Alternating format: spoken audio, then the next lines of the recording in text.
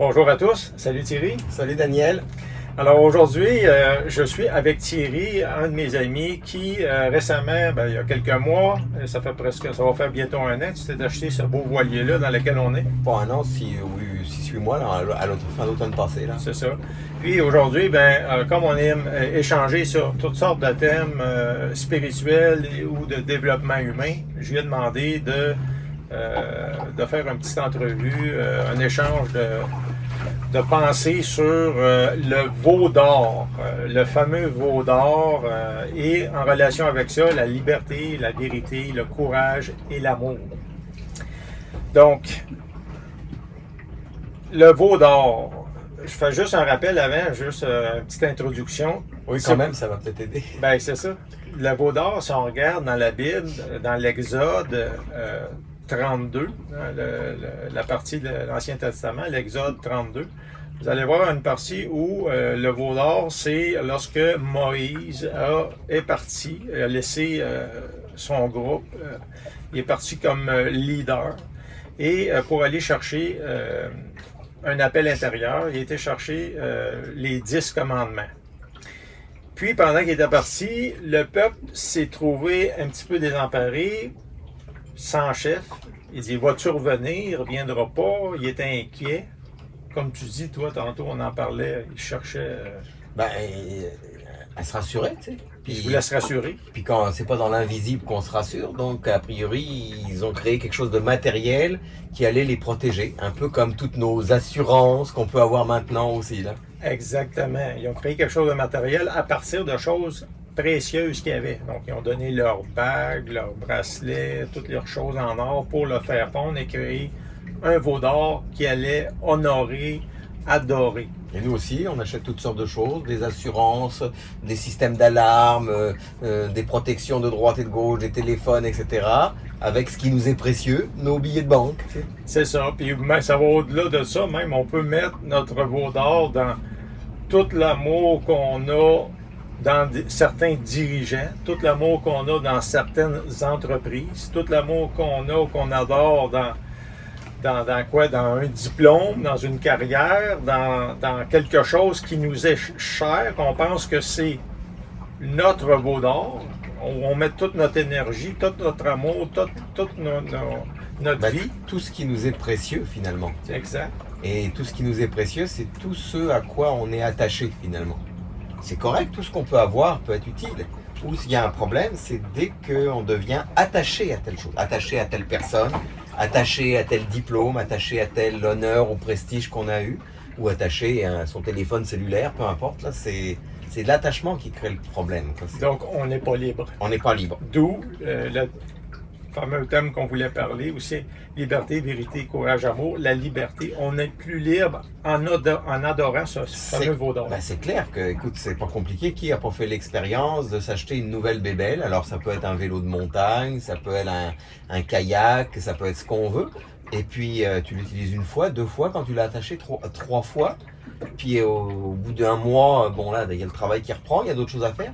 Puis là, le veau d'or, là, il est suspendu dans le garage, mettons. Et chaque fois qu'on passe à côté, il dit, tu m'as acheté, tu as dépensé 500, 1000, 2000 $, et puis tu m'utilises pas. Tu sais. Puis là, il y en a plein de bébelles partout comme ça qui sont autour de nous et qui nous disent, regarde, tu m'as acheté, mais tu m'utilises pas, je sers à rien, etc. Puis c'est une espèce de temps qu'on n'a pas pour utiliser ces affaires-là, puis qui nous gruge de l'énergie, quoi. Absolument. D'où la déviation de la parole de Dieu qui dit, qu'est-ce qui est le plus important? Aime Dieu et aime ton prochain.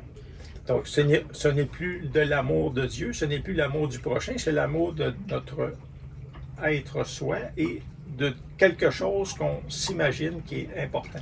Oui, puis on peut ramener ça même hors religion en disant aime Dieu dans ton prochain, c'est-à-dire aime les qualités, la valeur, le talent que chacun de nous peut avoir dans chaque personne qu'on a, et pas le lointain, là, mais le prochain, c'est-à-dire les gens qu'on rencontre. Moi, c'est les voisins de la marina ici, c'est des amis que je peux rencontrer, c'est la caissière du Rona où je vais acheter des morceaux qui vont m'aider à bricoler le bateau. C'est d'avoir cette présence à l'autre. Puis cette dépendance qui peut être non seulement dans des choses matérielles, mais aussi dans des rapports humains ou dans des rapports d'affaires. Comme par exemple, vous ne pouvez pas vous passer ou vous adorez telle position, que vous essayez d'écraser les autres pour essayer d'avoir telle position pour écraser les autres, ou encore vous êtes dans une relation de couple et la personne, une des deux personnes s'en va, l'autre est complètement perdue, elle perd son veau d'or, elle perd l'orientation où Dieu est supposé d'être le plus important, où le prochain est supposé d'être le plus important. C'est bien de construire une relation, je ne dis pas que c'est pas correct, mais quand on crée une dépendance où on n'est plus capable de vivre, où l'autre personne décède ou à part pour X raison, l'autre personne, elle souffre beaucoup. Exact, c'est que cet attachement entraîne de la souffrance. Il n'y a rien de bien, il y a rien de mal ou de bien à être attaché, c'est juste que ça entraîne de la souffrance. Absolument. Donc, liberté, vérité. Comment qu'on fait pour sortir de cet environnement-là? Parce que justement, j'en reviens à ton cas. Toi, tu es arrivé, tu étais pharmacien en France il y a plusieurs années, tu as même travaillé là-bas, tu es arrivé, tu n'as pas été capable de rentrer dans le pattern des veaux d'or, des ordres professionnels. Tu as fait d'autres choses, tu t'es détaché, tu as accepté ce détachement-là. Ouais, là, t'as fait mon d'autres père choses. pensait, lui, que ça me rendrait heureux d'être pharmacien, puis il voulait juste mon bien pour moi. C'est-à-dire qu'il s'est dit, écoute, c'est un métier, c'est toujours financé par l'État, les gens sont toujours malades, donc c'est sûr que c'est de l'or, cette affaire-là, quasiment. Vas-y, t'es sûr que tu auras de l'argent, puis avec cet argent-là, tu t'achèteras un bateau, puis tu feras ce que tu veux. Sauf que ça me convenait pas, puis mon destin, je m'en doutais peut-être, je sais pas, je l'intuitionnais, j'ai pas pu exercer parce que j'ai pas été reconnu ici au Québec en tant que pharmacien à cause du Conseil de l'Ordre. Mais après, tu t'es adapté. Tu as Oui, fait de la résilience. j'ai été obligé de m'adapter et du coup, ben, j'ai essayé d'autres choses en pensant que ça me rendrait aussi heureux. Mais beaucoup de choses, pas juste une chose. Beaucoup de Tu as choses. fait du taxi. Du taxi, j'ai été directeur d'un magazine de santé mieux-être. Bref, j'ai fait plein de choses. J'ai fait psychologie transpersonnelle, beaucoup.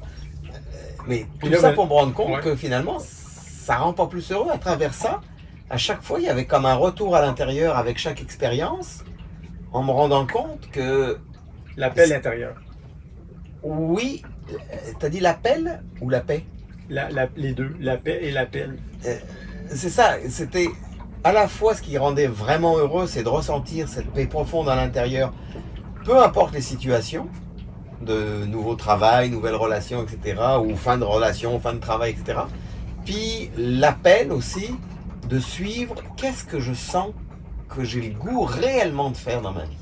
C'est-à-dire que pour décider, par exemple, de réembarquer sur le bateau, il faut que j'accepte de perdre mon ancien statut, mon appartement, vendre ma voiture et le restant. Je vais pas garder ces bébelles derrière moi qui vont s'abîmer pendant que je serai plus là. Puis je sais pas si je vais revenir. Là, c'est parce qu'on n'a pas parlé, là, parce qu'on a sauté du coq à l'âne, mais là, c'est parce que pour parler justement de ce que tu es en train de parler, il faut dire que maintenant, Thierry, depuis à peu près un an, on en parlait tantôt, il s'est acheté un voilier dans lequel on est d'ailleurs présentement. On est dans la cale de bateau. Puis, la cabine. La cabine, la cale, c'est sous le plancher, puis on va t'y mettre si tu continues. OK, bon, moi, je ne suis pas un expert, mais c'est lui l'expert. Donc, on est dans le bateau à l'intérieur, dans la cabine. Puis là, il se prépare, il donne des cours de voile en passant. Il a fait ses examens. Là, présentement, il est instructeur officiel avec sa licence, tout ça au Québec. Puis là, il se prépare au mois d'octobre de partir avec son partenaire d'affaires, aussi ami, à partir en Guadeloupe. Puis là, de laisser ton appartement, de laisser ta voiture, puis de partir un peu... peut-être que tu ne reviendras jamais au Québec, puis ta maison va tomber. Peut-être même on n'ira même pas en Guadeloupe, on ne sait pas, hein, mais... Peut-être que tu vas partir ailleurs. Peut-être. C'est ça qui est extraordinaire quand on parle de liberté. En fait, je suis libre de suivre qu'est-ce qui est présent à l'intérieur. C'est sûr qu'il y a des sacrifices à faire. Je voulais parler de courage. C'est tout bête, ça vaut être confortable un peu comme une roulotte si on peut dire, mais j'ai pas ma douche avec toutes mes petites affaires et puis c'est pas la même chose. J'ai une douche solaire que je peux chauffer avec le soleil, je peux me baigner derrière le bateau et me rafraîchir avec l'eau du Saint-Laurent, mais c'est pas pareil qu'être chez soi, tu sais. La cuisine est petite, on fait pas les mêmes choses, bref, t'as toute une routine, une sécurité, je dirais, que tu es obligé d'abandonner pour vivre un peu plus comme vivait certainement le Christ, je suppose, là, donc à se balader d'un endroit à l'autre. Ben, c'est juste que je me balade d'un endroit à l'autre, mais avec ma maison. Mais il faut le faire quand même parce que moi, je suis entrepreneur, je suis aussi professionnel, j'ai des clients, j'ai une entreprise, je paye mes licences, j'ai un bureau, j'ai une voiture, j'ai plein Ça d'affaires coûte de une beaux d'art. fortune, ça. Ça coûte une fortune. Comment je vais chercher, moi, le courage, puis je parle de moi, là, dans le jeu, là, mais ça touche aussi plein d'autres, des personnes qui nous écoutent, qui ont plein d'obligations. On est attaché à notre veau d'or qu'on adore, qu'on s'imagine que c'est notre jeu. Je monte pas au ciel ingénieur, je monte pas au ciel entrepreneur, je monte pas au ciel quand on parle de l'ego, avec des diplômes. quand on parle de l'ego, les gens se disent, non, je suis pas égoïste, mais c'est pas juste moi, c'est tout ce que je mets autour. Ma femme, mes enfants, ma voiture, mon chalet, ma maison, etc. Tout ça, c'est l'ego. Je veux dire, c'est tout ce qui est c'est ça. Si on touche à ma femme, mes enfants, ma voiture, alors là, je pète une coche, là, ça va plus, tu sais. Ça devrait pas. C'est l'identification que j'ai à tout ça. Mon équipe de baseball ou de hockey, etc. Tout ça fait partie de cet environnement qui est notre ego. Puis c'est correct, ça nous prend une certaine personnalité. Encore une fois, c'est l'attachement à ces choses-là qui sont. Est-ce que ça veut dire que je vais laisser faire quelqu'un, je vais le laisser faire du mal à mon enfant? Non. Mais je ne vais pas péter une coche non plus. Je vais intervenir en sachant très bien que si une personne fait du mal à mon enfant, c'est que quelque part, cette personne, elle a une blessure quelque part, elle n'est pas heureuse dans sa vie. Naturellement, ça vient à l'idée de personne de faire du mal à un enfant, tu sais. Donc cette personne-là, elle est malheureuse aussi. C'est à moi d'aller vers elle avec bienveillance et de la prendre sur... Mais comment t'arrives une personne, toi, t'avais, disons, pas trop quand même d'engagement, t'avais pas d'entreprise, t'avais juste un petit appartement assez modeste. Tu faisais du taxi Uber, là, à un certain moment j'ai fait donné. ça en transition. Avant, j'étais beaucoup plus au niveau de la psychologie transpersonnelle. Donc là, il y avait un peu plus d'obligations. Mais après ça, j'ai décidé Uber parce que justement, je pouvais faire ça quand je voulais. Tu n'avais pas de maison à payer, tu n'as pas Non, d'obligations à long terme. Les enfants sont élevés aussi, c'est une autre affaire. Quand tu as des enfants, le bateau permet ça. Mais comment tu fais quelqu'un qui a des... Quand on parle du veau d'or, on vient à ça. Là. Comment quelqu'un, qu'est-ce que tu pourrais dire, toi, d'après ton impression? Comment qu'on fait pour se libérer de tous ces attachements-là? C'est certain que c'est un gros changement. Donc, quand on parle de changer d'orientation comme ça, c'est un gros changement. Quand il y a quelque chose de gros, tu sais comment on fait pour manger un éléphant? Oui, donc. Une bouchée après l'autre. Oui, pas toute la même journée. Aussi. Non, c'est ça. Donc un changement comme ça se fait une bouchée après l'autre. C'est sûr que si tu veux pas, même si tu as des enfants, tu te sens prisonnier dans ta vie, avec trop de charges, un temps qui court trop vite, on l'a pas dit, mais un voilier, c'est la liberté dans le temps. Hein. Tu cherches pas à arriver vite ou pas quelque part, tu fais ton chemin tranquillement. Tu sais. Donc une fois que tu as... Pour faire tous ces changements-là, ça te prend de prendre ton temps et d'y aller méthode par méthode. Mais après ça, écoute, c'est, je dirais, simple. Les choses se placent tranquillement. Il y a une famille qui vient de faire leur première initiation sur le bateau. Ils ne savaient pas ce qu'ils allaient faire dans l'avenir. Là, ils ont été allumés. Ils ont vérifié. Ils sont un peu doués aussi, naturellement. Ils ont deux jeunes enfants. Ils vont réorienter leur vie tranquillement pour décrocher du travail. Puis il y a toutes sortes de situations. Chacun a une situation particulière. Mais avec le télétravail, maintenant, on peut énormément faire de choses à distance. Tant qu'il y a Internet et puis que tout fonctionne encore. Après ça, ça prendra la ligne de pêche, de quoi pêcher, quelques grains de riz pour se faire à manger, puis un poisson, quelques olives, et puis donc c'est aussi tout un changement de style de vie, là, dans la modestie, dans l'humilité. Changer progressivement, puis ça commence en diminuant notre confort. Tu sais. Pas être inconfortable, on a un corps physique, il faut qu'on l'entretienne, et puis c'est correct de se doucher, mais on n'a pas besoin des 250 savons dans notre douche. Un savon de Marseille, ça suffit. 3, 4 télévisions, 4 voitures, puis... sans aller jusque-là, c'est ça, commencer à réduire nos choses, puis trouver cette petite voix, tu parlais d'appel intérieur, qu'est-ce qu'on a le goût réellement de faire? Puis qu'est-ce qu'on est appelé à faire? Ça revient au même, c'est d'écouter cette voix intérieure, là, je dirais. Quand je dis moi, par exemple, j'aimerais bien ça être un grand pianiste, mais j'ai aucun talent. Donc, je sais que j'en ferai jamais un. Ou j'aimerais ça être un grand médecin, mais ça n'a pas donné. Mais vers quoi qu'on est appelé? Vers quoi on est appelé à faire avec ce qu'on est? C'est ça, c'est de sentir, peu importe le prix que ça nous coûte, peu importe le veau d'or ou l'or qu'on va devoir avoir à lâcher, qu'est-ce que je suis venu faire sur cette terre maintenant? Dans ces temps troubles et de changement, quelle est ma place? Qu'est-ce que je peux faire? Puis qu'est-ce que je peux faire dans un sens de contribution, c'est-à-dire qu'est-ce que je peux apporter aux autres? Comment est-ce que je peux servir? C'est quoi mon talent? Moi, j'ai bien essayé de convaincre des gens, on fait des vidéos là, mais ça, je parle de ça depuis 25 ans et non. Par contre, je navigue et puis mon ami Michel m'a dit à un moment donné, je voulais racheter le bateau, mais je me dis, ouais, mais c'est superficiel, on apprend à faire de la voile, on rend pas vraiment service aux gens, on va leur donner une idée d'acheter une nouvelle bébelle de plus, ça marche pas. Puis il m'a dit, c'est pas compliqué, Thierry, qu'est-ce que tu fais le mieux au monde?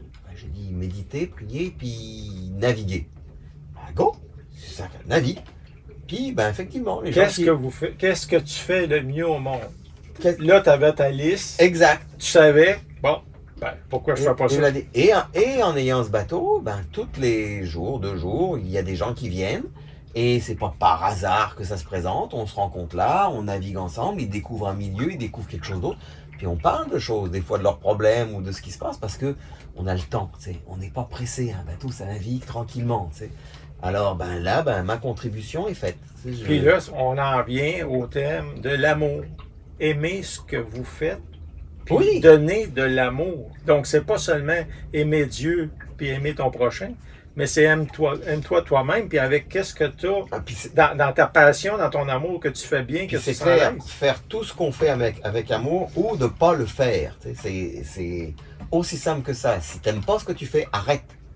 Même si c'est pour le veau d'or, c'est-à-dire le plan de pension, la sécurité, etc., etc. Pour le salaire, Arrête, pour le salaire, pour le pour salaire, le diplôme, pour le prestige, pour la position. Arrête, c'est clair, tu es en train de te perdre, puis de perdre ton bonheur, ta santé et ta vie, parce que c'est réellement de ça qu'il s'agit.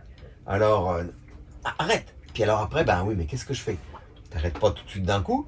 Tu dis, ok, faut s'asseoir, faut prendre du temps, comme sur un voilier. Qu'est-ce que j'ai le goût? Qu'est-ce que j'ai pas fait? Qu'est-ce que j'aurais fait adolescent puis que mon père a pas voulu que je fasse, par exemple? Qu'est-ce qui m'allume encore? Mais s'il y a quelque chose qui nous allume, c'est notre devoir, je dirais, d'être humain en tant que tel, de faire un premier pas vers, puis un deuxième. Puis c'est là que c'est extraordinaire. C'est que quand on a l'audace d'aller vers ce qu'on aime, la chance, Dieu, t'appelles ça comme tu veux, ça nous sourit. Et je pourrais raconter des miracles qui se sont passés continuellement, moi, avec ce bateau-là. Et tu sais, à chaque fois, il y a une espèce de petite lumière, un petit clin d'œil qui te dit, tu es sur la bonne voie, vas-y. La providence. Puis, tu finis par, oui, la providence, on peut dire les synchronicités qui peuvent se passer dans la vie pour réaliser ce rêve, cette légende personnelle dont on est le héros. Alors ça, oui. Et puis, peu importe, les choses vont se faire, mais il faut se mettre en chemin. Il y avait un grand navigateur qui disait, on peut aller très loin et vivre avec très peu d'argent parce qu'on se débrouille toujours en chemin, à condition d'être en chemin. Donc ça veut dire... À condition d'enclencher le processus. De partir. Donc t'as pas... Et on le voit, il y a plein de gens qui ne savent pas naviguer, qui achètent des bateaux en ce moment parce qu'ils veulent de la liberté, ils veulent du temps. Puis là, dans la marina où je suis, il y a une école de voile. Thierry, pourrais-tu nous montrer? Oui, ça va me faire plaisir, viens passer une journée ou deux. Donc à condition d'être en chemin. S'ils étaient encore en train de se dire, un jour, je vais acheter un bateau, puis peut-être je partirai. Ou encore, se bâtir quelque chose, puis partir un domaine avec une activité pour aider les gens, puis s'aider soi-même. Ça peut être un bateau, ça peut être d'autres choses. On vit dans un temps où tout est possible. Il y avait une amie qui me disait qu'il y avait un verger proche de Montréal, qui me disait, mais je me sentais appelé à aller vivre au Mexique, et puis j'ai trouvé ça que c'était extraordinaire, j'y ai passé un mois cet hiver. Il n'y a rien qui empêche, on vit dans une époque où tout est possible. Tu règles tes affaires, tu fais pas du jour au lendemain, tu arranges tes affaires, tu sors tes REER, tu fais ce que tu veux, tu t'achètes une petite maison ou un petit endroit et puis tu deviens pêcheur au Mexique. Je veux dire, pourquoi pas? Donc on vous encourage dans cet esprit de développement personnel là, qui peut vous amener à une nouvelle découverte. Parce que la vie est belle. Il y a tellement de choses à découvrir. La vie est belle à partir du moment où on suit cet appel qui est intérieur. En plein ça. Sinon on est en prison. Oui, la providence est toujours là, Dieu, t'appelles ça comme tu veux, est toujours là pour nous aider, et elle nous envoie une claque dans la figure, on dit arrête de faire ce que tu fais, ça va pas. Puis là, il nous arrive des bad luck, on est dans un ordre professionnel, on peut plus travailler, ou il faut qu'on se reforme. C'est la vie qui nous dit, avec bienveillance, tire-toi de là, décroche de là, c'est pas ta place, fais autre chose. Puis on veut pas écouter. Ça prend le temps de se déposer, c'est peut-être là que les moments de recueillement ou de prière sont importants, c'est prendre le temps d'écouter qu'est-ce qui est à l'intérieur de nous. Sinon, si on ne prend pas ce temps-là, ça ne marche pas. Ça a été... as-tu d'autres choses à rajouter? Parce que c'était un peu ça qu'on... On n'en finirait plus, mais c'est l'idée. Suivez, chacun doit trouver le chemin qui a du cœur pour lui. C'est ce que j'écris dans les petits livres du guerrier intérieur. On doit trouver ce chemin qui a du cœur pour nous. Et après ça, si on trouve ce chemin-là, c'est-à-dire ce qui nous passionne, on va parcourir chaque pas, parce que c'est un chemin, donc ça se marche. Chaque pas va nous donner un plaisir incommensurable. Il y aura des épreuves, mais on sait qu'on est sur notre chemin et on va avoir du plaisir à le suivre. Avoir le courage de se mettre en chemin. Avoir le courage de s'écouter. Ce qui est quelque part, c'est d'écouter la vérité. L'âme qui est en nous, d'écouter cette vérité à l'intérieur. Je suis venu sur cette terre, j'ai fait ce que j'ai fait, j'ai appris ce que j'ai appris dans le passé. Maintenant, on est en 2022, c'est ça que j'ai à faire, je le fais. Merci beaucoup de ton témoignage. Donc, ça a été notre présentation sur le thème de Veau d'Or, liberté, vérité, courage et amour. Amour des autres, amour de Dieu, amour de soi. Merci beaucoup, Thierry.